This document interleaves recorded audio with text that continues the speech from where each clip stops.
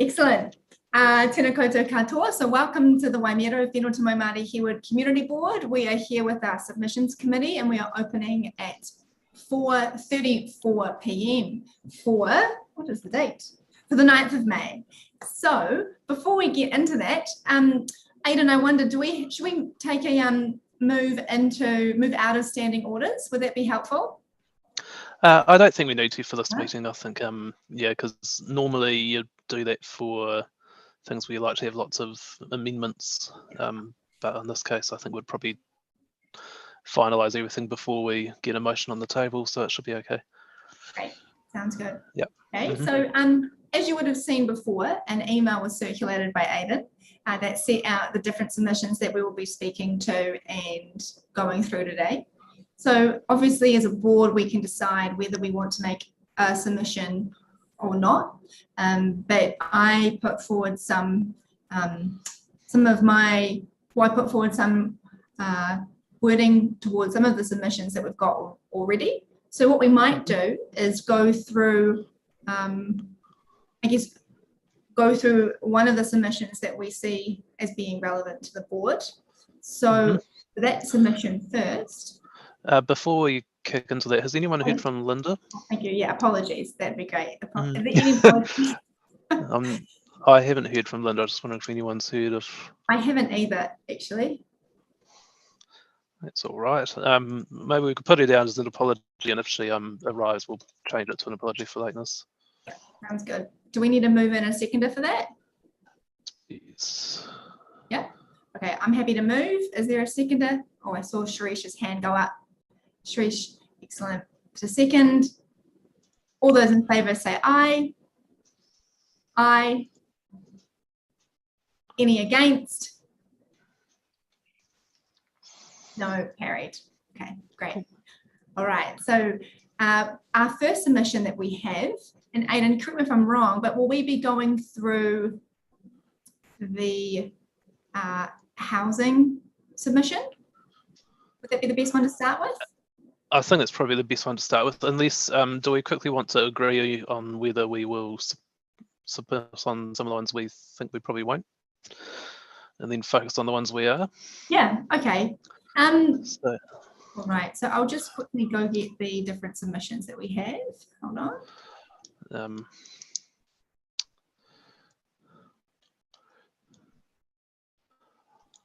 I'll share the screen as well, where I've got that would be the really comments. Helpful. Thanks,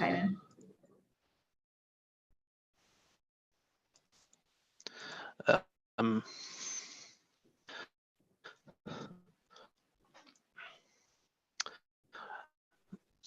So I think there was a question around whether we would submit on the coastal hazards plan change, because that's some distance from most of our board area. Yeah, well, I'll put it to the team first. Is there anyone who feels that as a board we should be putting a submission on this?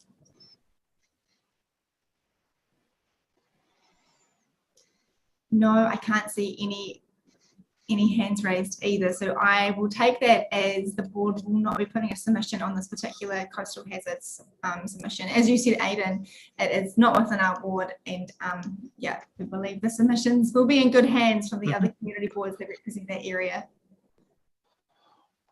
All right, so the other and then the other submission, yeah, this one. Yeah, the radio communication pathways plan change. It's probably a bit more relevant to this board than coastal hazards, but it's quite technical in nature. And it's so. Yeah, I mean, I'd say it's a really big issue. And again, are there any community board members that are passionate about us submitting on this? Nope. No. No. Okay, great. That's all right. So focus on the main event then, which will be this one here. Aidan, can I just ask, can you just make that print a little bit bigger? Yeah, great, thanks. Well, Yep. Well said. Great. So this here is the draft housing and business choice plan change. So all of the submissions committee would have had the opportunity to have drafted some of the wording or the feedback to go in with the submission. I've put some words here to the side, probably wordsmithed wonderfully by Aidan. Thanks for that. But what we'll do is we'll go through the submissions by question, and then we can take a moment to review the feedback. And then if anyone has anything they'd like to add to that feedback or any amendments that we've got there, then you're more than welcome to address them. So the question we have here is, are we proposing the right areas for development above 12 metres? So we'll just take some time to review the feedback to the column on the right.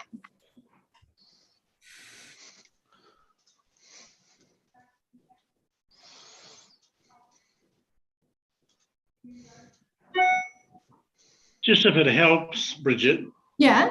I think Sharice and I were at the same meeting last Tuesday night in Avonhead, where I would say it was overwhelmingly opposing high structures and especially in our wards, but we're quite happy to do it in the 4 Avs, within the 4 Avs, you know, like multi-storey. But certainly in the community, you know, where we live, and it was totally opposed. Would that be right, Sharice? Yeah, that's a good summary. That I think most people understand that within the 4 avenues, it's required and it should probably even be encouraged, but not outside that. Yeah, correct. Just if that helped, Bridget, that was all.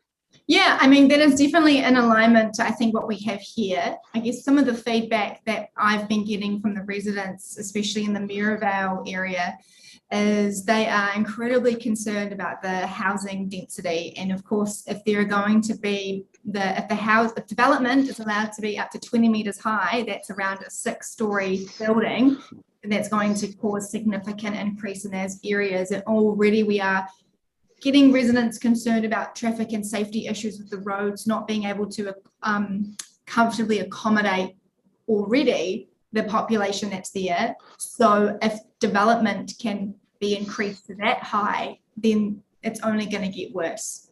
So that's why we have the wording specifically here around the Mirabel St Albans area. But we, at the same time, have said that we genuinely support the areas, particularly in the central city, which I think echoes what you've said, Mike. Yeah, no, that's fine. So, Bridget, I'm just wondering whether on our feedback, the first sentence, whether we actually say central city in bracket within the 4 avenues. Because the concern you have heard about Maryvale is also echoed by the residents of Riccarton, for example, who are on the fringe of Hagley Park, you know, the Riccarton Bush and those areas. So that's why tomorrow, if somebody redefines central city. Yeah, right. Yeah. So I'm just thinking, we just say, you know, within the 4 avenues. Yeah. And there is plenty of scope to actually encourage it there. Yeah. Nice. Happy with that amendment.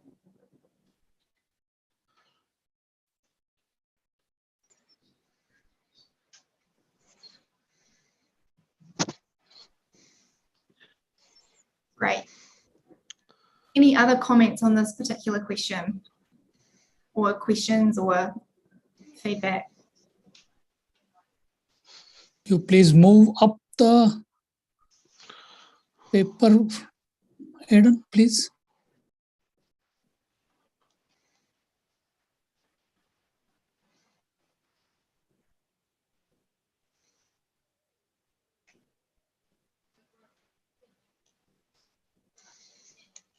All right. So if we've got no other, if we've got no other comments to those questions, we'll move on to the next one. So do you have any comments about the proposed qualifying matters that will restrict intensified development or thresholds for needing a resource consent? So this is just sort of coming back to what does infrastructure, because one of the clauses or requirements around what qualifying matters are, as in where consents will need to happen, is around infrastructure. And so my question around this was, does infrastructure, does that come back to roading and streets? I asked if it does, then we land back to those same issues around Maryvale and those St Albans areas don't have that capacity. So anyone have any comments or things I'd like to add to this feedback section? One thing that happened in Conference Street and all those other areas close to Victoria Street post-earthquake is all the bars opened down Victoria Street, right? And then all the residents down, what is it, Conference, Beveridge, and one other, I can't think the other name of the other street. They all complained about noise from the bars. So do we need to address anything around noise control?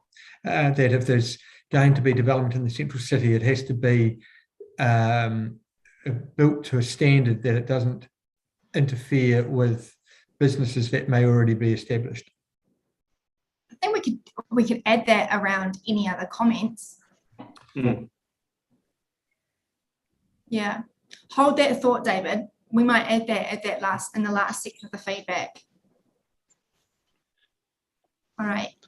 So this is around around qualifying matters. Anything else? Any other things you'd like to add in this section? So can I just clarify, were you talking about Maryvale, St Albans only, or are we talking about all our wards? There's a very specific zone kind of around Maryvale Mall. Okay. Where they're proposing, because the new legislation, I think, has introduced a baseline of 12 metres. And they're proposing in that area that it could potentially be up to 20 metres in some circumstances. Okay. No, that clarifies it. Thanks. Yeah.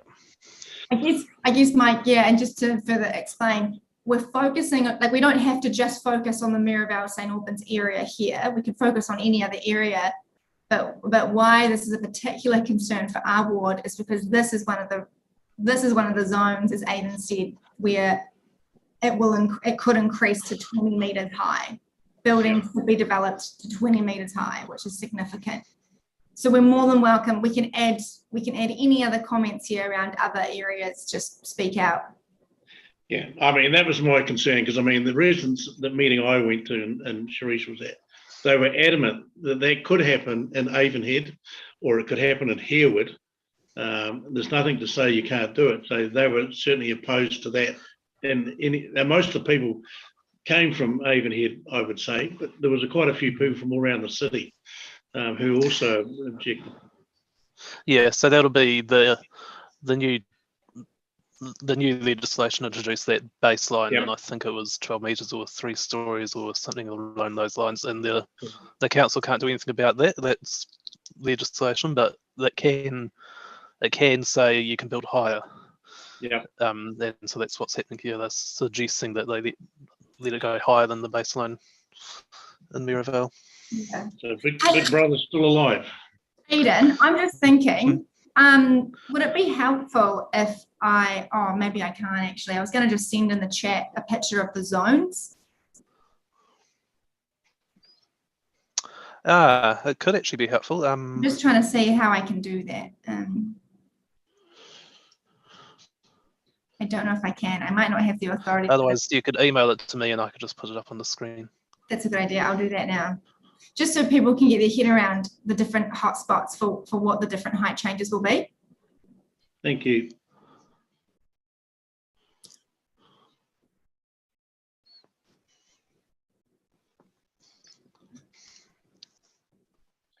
Or if you just go into the submission, into the have your say page, Aidan, the map of that's like on one of the drop downs just there. I know what you're talking about. It's on the public website. Oh. Here it is. Yeah, you're quite right.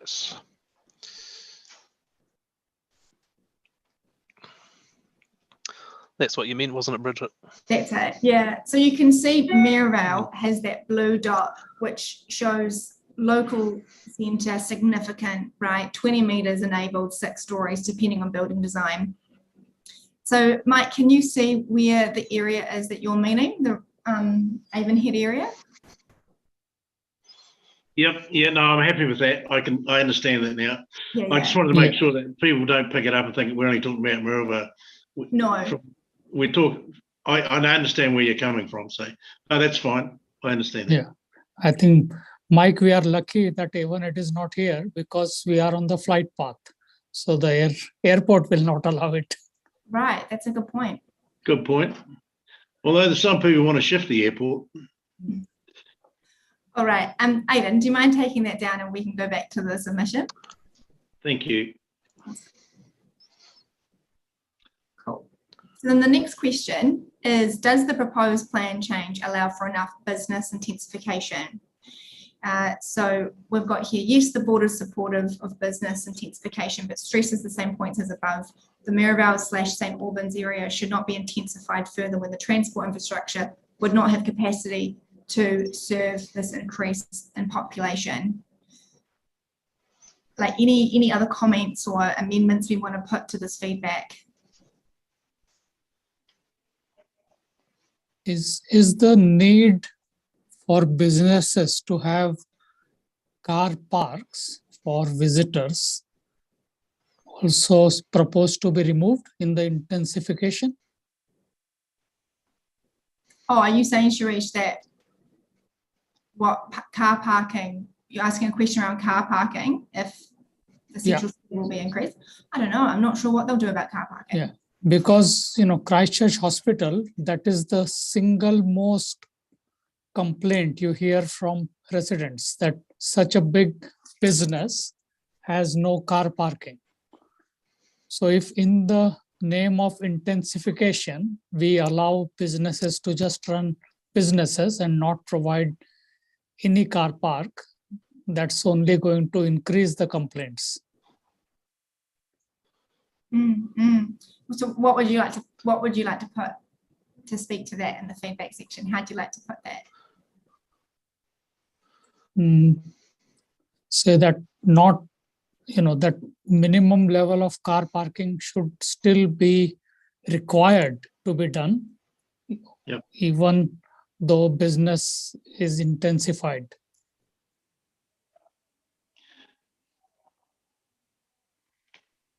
Yeah, nice. Aidan, did you catch that? I did. I'm just trying to check because I know there was that issue with the minimum parking being removed, but I don't know if that was for commercial or only for residential. But we could still speak to that, couldn't we? You can still, but you can. You can still make the comment. Yeah. So how do we? Maybe just in that, and maybe in the business section that you've got. In the business section. Yeah, that one there. Yeah. I mean, a prime example, Bridget, is the business park on Russley Road, where they didn't allow for any parking to be provided for staff, and they park in all the side streets, which are very narrow. Yeah, and the reason given for that was quick response after earthquake, which is understandable, but this is planned. Yep, exactly. What we are talking is. Yep.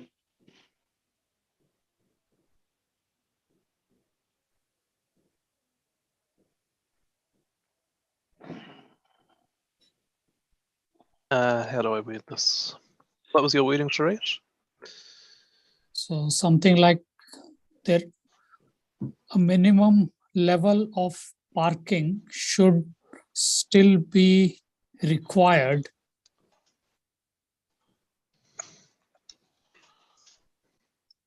in case of business intensification.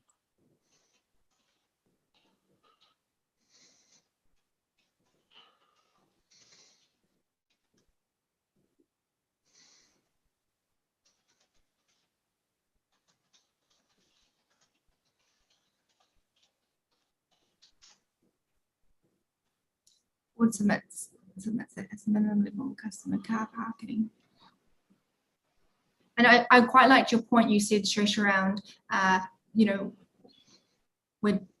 we have the opportunity to plan around this. So let's maximize the ability to, let's maximize the ability of us being able to forward think around these issues.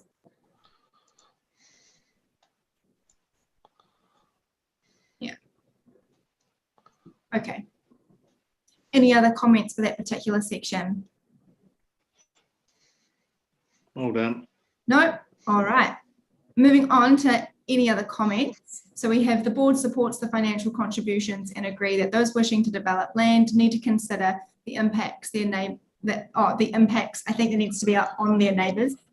On their neighbours, yeah. On their, we are supportive towards the tree planting example used. So I'm not sure if you have seen what we've got there, but basically it explains that if a developer is going to develop land that is going to impact trees or it's going to impact shading in a certain way, then they're going to have to provide some sort of like financial compensation or contribution to its neighbours or to the surrounding residents that will be affected.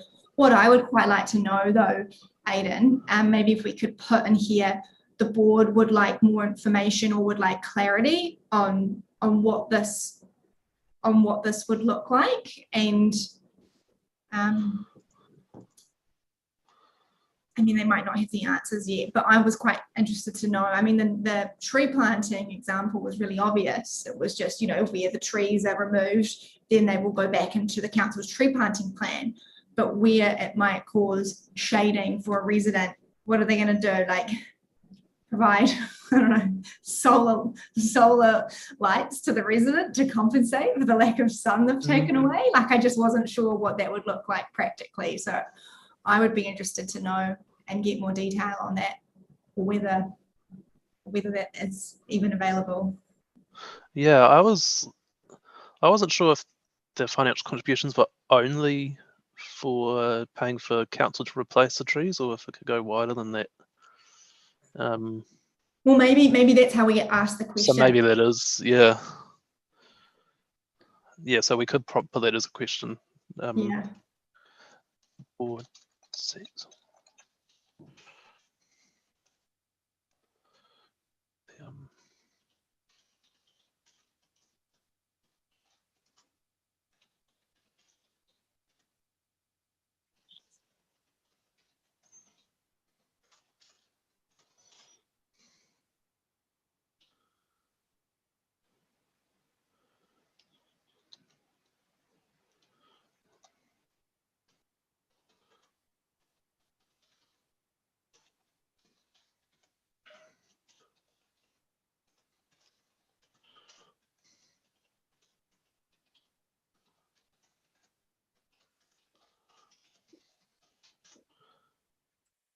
I wonder if the word should be or whether it could be extended to compensate for other loss of amenity and impact on life. Oh, maybe not. I was trying to say, you know, like amenity, but also impact on one's, you know, it's not livelihood, but well-being. Well-being. That's it. Yeah.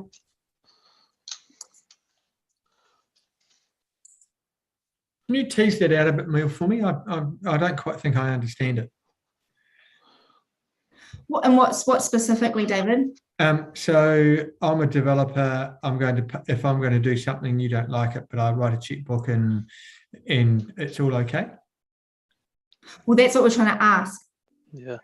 So I'm reading it as anyone who's a developer basically gets charged a fee and it gets put towards planting trees to increase the tree canopy, but Bridget, I think you've picked up somewhere that it might be used for other kind of compensate for other issues. So that's why we're kind of posing it as a question so we can clarify that.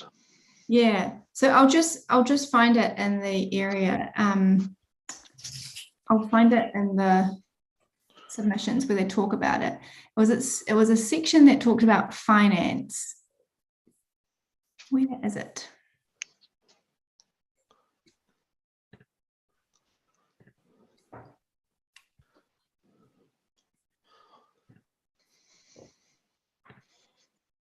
Here we go, financial contributions.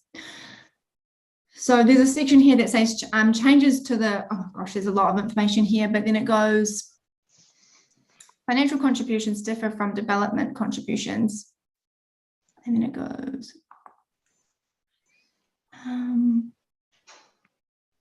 we're proposing that if anyone wanting to develop land does not retain or plant 20% tree canopy cover on a site, they will be charged a financial contribution. These will be used by us to plant trees on council-owned land. We're also exploring opportunities to require financial contributions within vacant greenfield areas previously underdeveloped land where density targets are not achieved, and also from Crown development. And then there was another part that talked about, I saw it somewhere, I swear I read it, and it talked about how, it talked about the impact on residents or on the surrounding area. Oh, here we go. We're proposing that anyone wishing to develop land may need to pay financial contributions to help mitigate some of the adverse effects that increased housing could cause. The first area we are looking to manage with the help of financial contributions is our city tree canopy. So that's where... Oh, I see what you mean. Yeah, I wanted to ask, well, if they're looking at financial contributions, where a tree's removed, it kind of sounds like that's just one area they are, the first area we're looking at. Does that mean they will be looking at other areas where financial contributions have to be made, where there are adverse effects on like the neighbouring properties, and what would that financial contribution be? Does that answer your question? It's certainly worth asking for more clarity. So I think there might be other countries who have laws that say if your development causes another property to lose value, you have to compensate the owner. But the council couldn't do that unilaterally. That would be quite a major reform that would need to come from government to allow us to do something like that in New Zealand. It'd be interesting to know what this is kind of gearing towards. Well, maybe we say, we notice under the financial contribution section that the first area you're looking at concerns trees. Will there be other areas of financial contribution council will explore, or something like that? Yeah. So maybe if we could change it to the board seeks more information about what other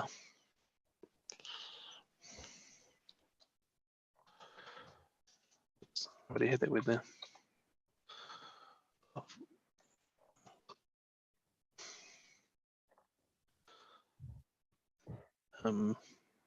What other examples? Examples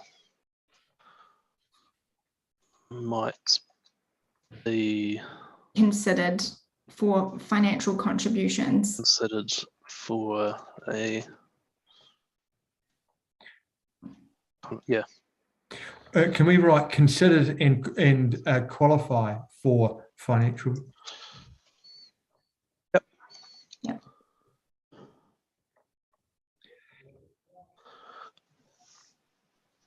Question mark.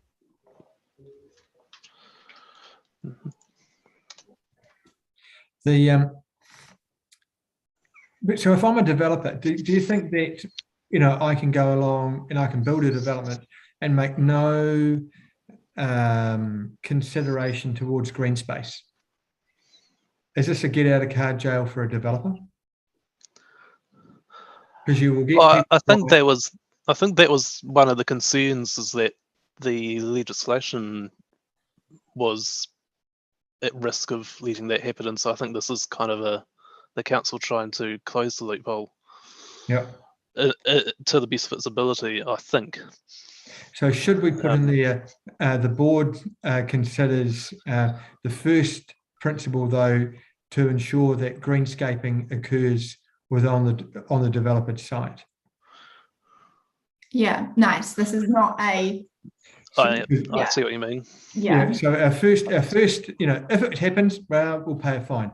But actually, our first thing is let's not have a desire for it to happen. Let's work within the developer, the council, and all those sorts of things to be able to allow. So if you think of Club Tower next door to the City Council building, and on that platform deck, they have 7 or 8 trees planted on the patio that, make an attempt towards greening that space, so that it can be done within a site. Can we change that word landscaping to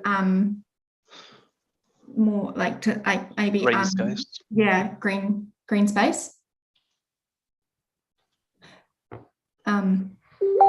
Okay.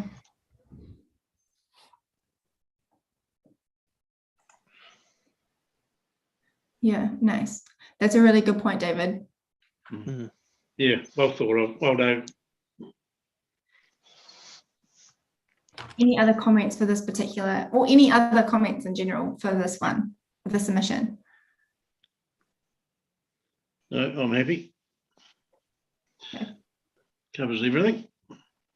Actually, Aidan, do you mind scrolling down? I think there's that last section we haven't seen. Yes. Right here, sorry. So we'll just take a read of this right now.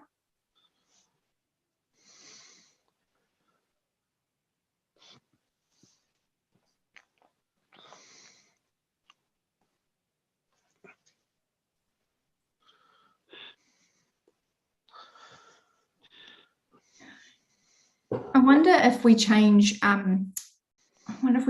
the wording, Aidan, where it says the board wishes to stress that it supports housing intensification. I wonder if the wording we should use is maybe the board acknowledges the need for housing intensification. Acknowledging support. Yeah.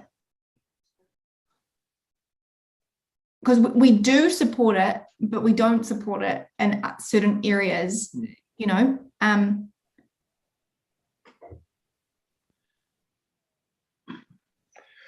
Because it comes back to, Bridget, where we were talking at the beginning, where inside the 4 Avs, but not outside it. Because that to me would say, well, one minute you're saying you don't support it in your ward, and now you're saying you do. what do you mean by that, Mike? Well, I mean, what we're saying here, that we support the need for housing intensification, knowledge that infill developments are necessary.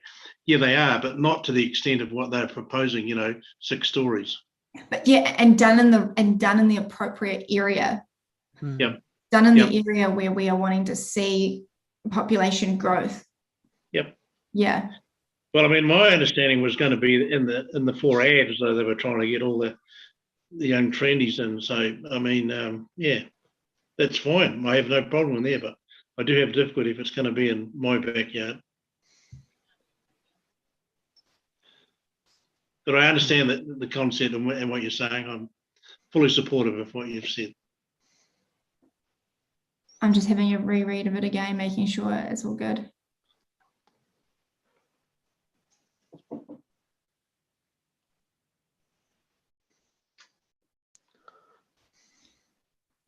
Yeah, I wonder if we also want to say something at the end around kind of coming back to your comment, David, that, we want to use this as, while we are in the planning process, this is also an opportunity to, cleverly design green spaces to improve the livability and well-being within the city. Like there's so much, I don't know, it's kind of coming back to your point, there's so much focus on the development and how many people we can put into the development, but we are also asking that council will give equal weight to the balance of making sure that with that development comes the green space and areas of amenity that improve the well-being of people, because there's no. Okay, can we put in there something maybe at the last sentence? Christchurch is known as the Garden City, and every effort should be made to continue with that reputation.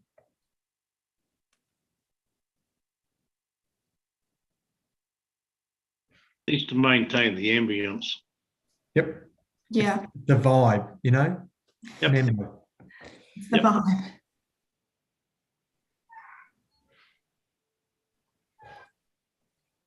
Okay, cool. Great. Any other comments? Nope. Jason?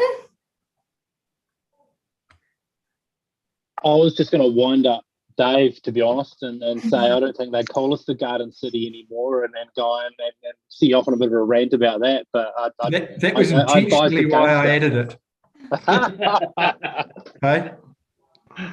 No, a little bit of bait for the to catch the fish. Yeah, good. Yeah, I was No, actually going to that's ask for it to be bold, put in bold, but yeah. Okay. All right. Any other comments? No? Great. Okay. All right. Well, moving on to the other submission, which is the heritage plan. So same as last time, I've got the question here, which is, do you have any comments on the proposed residential heritage areas? The feedback, obviously, because this is the feedback that I added, everyone's welcome to add more. You don't have to just have my feedback. But what I have also had is focusing on the Heaton and Mirabel area, because that's the ward that David and I represent. But we've got the board is particularly interested in the Heaton Street Mirabel area, because if you would have seen in the submission that they have added certain areas to be included in heritage and residential heritage, and Heaton and Mirabel is being added to this. The board feels strongly about the need to protect, safeguard and respect our heritage, especially as the earthquake events took away many heritage building and houses. We ask that the houses in the Mirabel area be treated on a case-by-case basis, as the additional listed houses will likely differ in heritage value. So my thoughts around this were just around, there are some things that residents can do, like minor touch-ups that won't require consent, but they won't be able to do any major change. And if they want to, then it's going to require a resource consent. But what I'm saying here is, obviously each house is going to differ in heritage value, so we treat it on a case-by-case situation.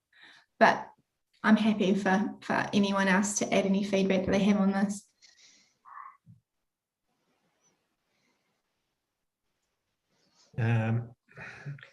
Risky going down that, telling a landowner that my house is now valuable and I can't allow, and it's my own home, and I want to be able to knock a wall out and put a patio on. I think that's what this is trying to protect. Yeah, but what happens if I want to do it? Well, yeah, then that's why I'm saying we treat it case by case, because obviously if a house is incredibly, I'm guessing that's what does our board have to say about that? Is it, do we feel strongly about the heritage or not? Well, heritage comes in many layers. Oh, sorry, Jason, you go, then David. Yeah, I guess it would depend on what rules were in place when you bought the property, right? Like, did you buy it when there were conditions on what you could do with it when you bought it? So you don't really want to go too any more restrictive than what it was when you already bought it, because then the rules change from under you. But it's that kind of like if you move out by the airport and you complain about the noise scenario. Yeah. But when you've got private property rights, generally you should be able to do what you want with that private property, I guess, assuming that there weren't rules already in place. So yeah, I just wouldn't want to see people going backwards. And I think that comes back to whether or not the right and how well the resident is informed. so like I would assume that those that, or maybe that's a question we put in here, whether we have any other comments we ask, or maybe it is to your point, Jason, that we say the board is concerned or would like clarity around those residents that have bought a house which wasn't wasn't considered a residential heritage house, and then or in a residential heritage area, and now have their rights on that property changed because the rules have changed. What do you think, Jason? Okay, I don't know if he's there or not. What do you think of that? Would that be helpful to add something like that?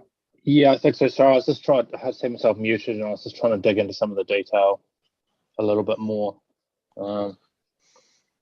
It is a tricky one, right? Just maintaining your heritage, but yeah, I think adding that context would be useful. But I would assume, and we all know what happens when we do that, is that when you buy a house that has covenants or something on it like that you're going to know when you buy it that's one of the conditions of purchase. I would be very surprised if you didn't buy a house that had constraints on what you can do with it, heritage related, and not know about it.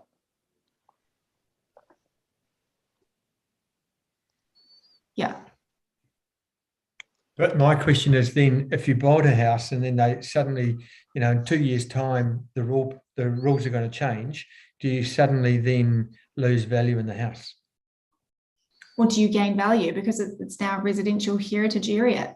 And with that means a whole lot of compliance and a whole lot of hoops to run through to actually put double glazing in your house, because they're a single pane window and that's how it looked.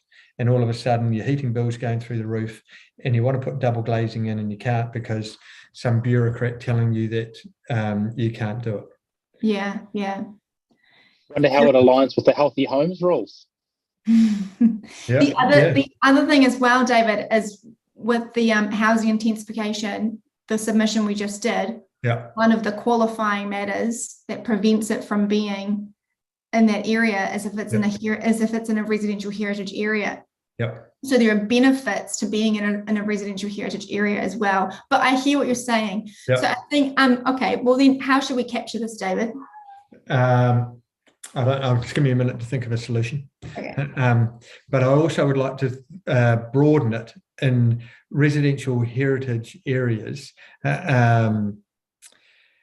What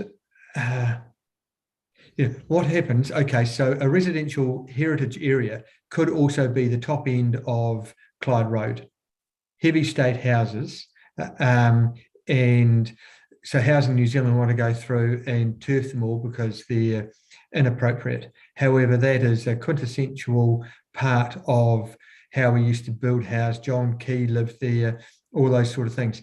Do we have to still put up with those environments? You think down parts of Brookside Terrace, you think of a number of those areas around there, which are houses that are, by today's standards, poorly designed, don't meet the needs of the residents or our community.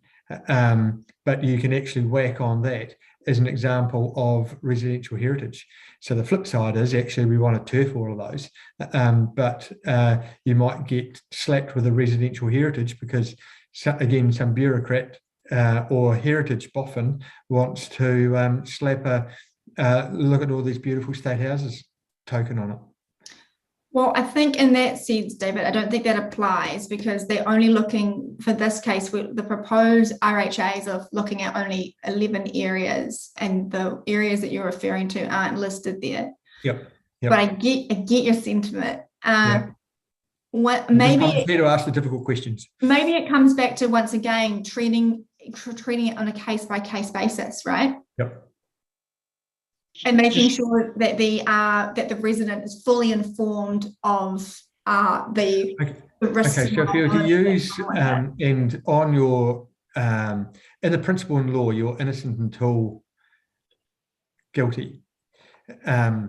So can we word it in the fact that the residential homeowner should be allowed to undertake repairs, alterations and restoration unless there is an objection from the heritage community, as opposed to the landlord or the landowner having to seek permission and around the other way. It then becomes incumbent on the heritage community to actually put up the fight.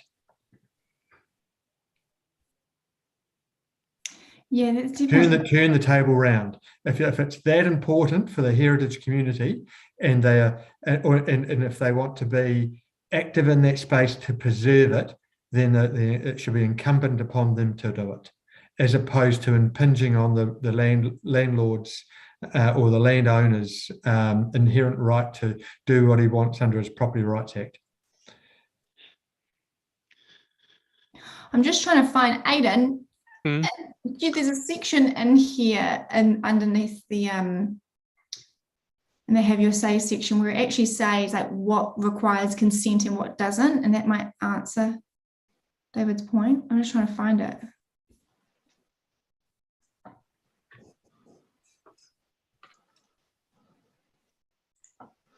But yeah, no, David, I like that. I'm just trying to find that point. Turn the table round.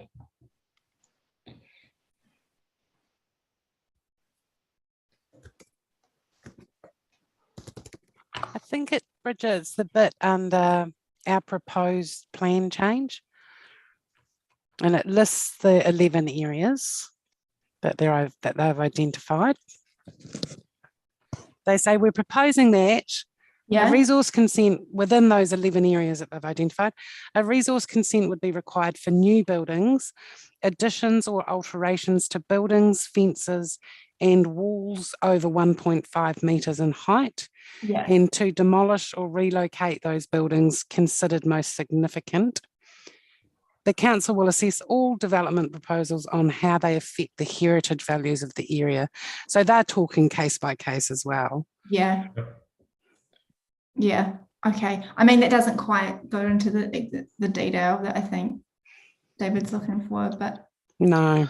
Yeah. I suspect that might be a bit wider than this particular consultation's able to deal with. Yeah. Yeah, but do we see a precedent where if we let this through, then it's a death by 1,000 cuts? Could you not have a grandfather clause? That if you own a property now, that it's a grandfather. Like if this thing passes, you're exempt from it until you sell that property, and the new owners then have to oblige or abide by the new rulings. Again, it would affect your property value, because who's going to buy it if it's coming all of a sudden the trigger? Yeah, but there will be people that will still buy them, even with that, with all those conditions on them. Well, that's your heritage community. Yep, they love those sort of things, so they'll be quite happy to pay top dollar. So. But like Jason said before, there'll be people that have gone and bought houses now or over the last 10 years, 20 years, knowing full well that it's a heritage property, and there will be restrictions on what they're able to do. Yeah. Yeah, because my understanding, if you want to do alterations even on one of a heritage home, you still have to get a resource consent if you're going outside the existing footprint. So, and I know that from experience. So I went out a metre, and I had to get a resource consent from my neighbours. Yeah. But I mean, it sounds like, and I can't remember where I read it, but I swear I read something where if it was like minor alterations, then the resident is allowed, like, it wouldn't be so onerous on them as to constantly get resource consents for every little thing. Because I think government passed that some time ago, that if it's within your footprint, you can do what you like. I mean, I'll give you a prime example. I know some people that are remodeling their bathroom. They're not going outside the footprint that's already there, so they don't need to get a resource consent. So anything inside your four walls, you can do whatever you like. But in the heritage building, you've got to respect the heritage aspect. Yeah. All right, well, I feel like there's still a few areas that are uncertain. So one was coming back to your point, Jason, about, maybe as the board seeks clarification on how will residents be impacted if they own a residential heritage house in a residential heritage area. Maybe how will they be informed as well? Like, yeah. If you don't read this, how are you going to know? Are you going to get a letter to say that there's some rules changed on what you can and can't do with the property? Yeah. How are they going to inform people in those areas? Yeah. So I've got already here, the board asked the council to ensure that residents who will be impacted by these changes, i.e. now own or live in heritage homes that are identified, are well informed and engaged with. Does that capture it? Can we put the word proactively informed? Mm-hmm. Yeah. Yeah. So we just chuck that in there. Because they'll say that, we put it up on our website and we did this and that's what we do for everything else and that's what we consider to be engaged with and well informed. And it's like, wow, unless you're putting letters in their mailboxes, to be fair, I don't really see that being the case. Yeah, cool, great. Is there a list of houses within this area? Does council hold a list? Yeah, so if it's a specific house, it'll have to be actually on the district plan, or which is different from the zones, which will have a map to say that it's a character area.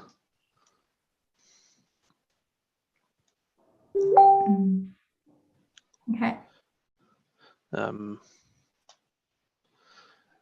So I'll just any other comments or feel free to read the feedback and we can make tweaks here and there if we want.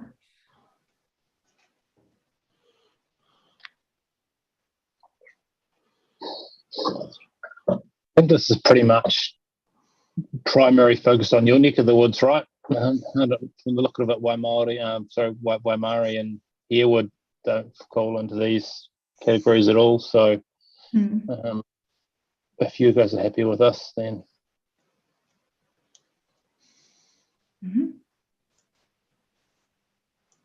David?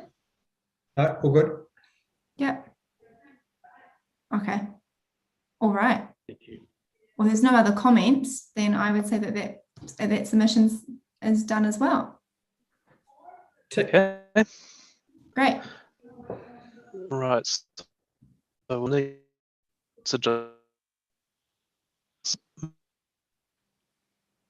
you break it up a bit there, mate. Yeah, you're breaking these up, two Aidan. submissions and anyway. Yeah, sorry, say that again.